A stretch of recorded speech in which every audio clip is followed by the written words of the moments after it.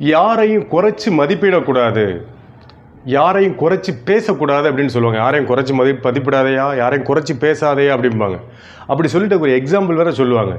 தெற்கு அடிக்கிற காற்று ஒரு நாள் திரும்ப அடிக்கும், ஒதுக்கி வச்ச குப்பை தான் ஒசரும், அதனால் யாரையும் குறைச்சி மதிப்பிடக்கூடாது, யாரையும் குறைச்சி பேசக்கூடாது அப்படின்னு சொல்லுவாங்க. நல்ல விஷயம் உண்மையிலே. அதாவது யாருடைய வாழ்க்கை எப்போனாலும் எப்படி வேணாலும் மாறலாம். அடுத்தவங்களை எப்படி குறைச்சி மதிப்பிடக்கூடாதோ, குறைச்சி பேசக்கூடாதோ, அது எவ்வளோ பெரிய தப்போ, அதை விட மிகப்பெரிய தப்பு என்ன தெரியுமா? அதையும் நீங்களே சொல்லுங்கள், எதாவது ரெடி பண்ணி வச்சுருப்பீங்களா சொல்லுங்கள். அதாவது நம்மளை நாம் குறைச்சி மதிப்பிடுறது, குறைச்சி பேசுறது. சிலர்லாம் பார்த்தீங்கன்னா அடுத்தவங்களுக்கு கொஞ்சம் தன்னம்பிக்கை வரணும் அப்படிங்கிறதுக்காக அடுத்தவங்க கொஞ்சம் பெருமையாக பேசி தன்னை தாழ்த்தி பேசுவாங்க. அப்புறம் எவ்வளோ பெரிய ஆளியா, நம்ம ஏதோ இப்படி கொஞ்சம் அப்படி போய்கிட்டு இருக்கோம், நாம் கொஞ்சம் அப்படி தான் அப்படின்னு சொல்லி அடுத்தவங்களை உயர்த்தி தன்னை தாழ்த்தி பேசுவாங்க.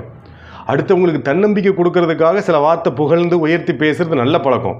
ஆனால் அதுக்காக நம்மளை நாம் எக்காரணத்தை கொண்டும் குறைச்சி மதிப்பிடக்கூடாது, தாழ்த்தி பேசக்கூடாது.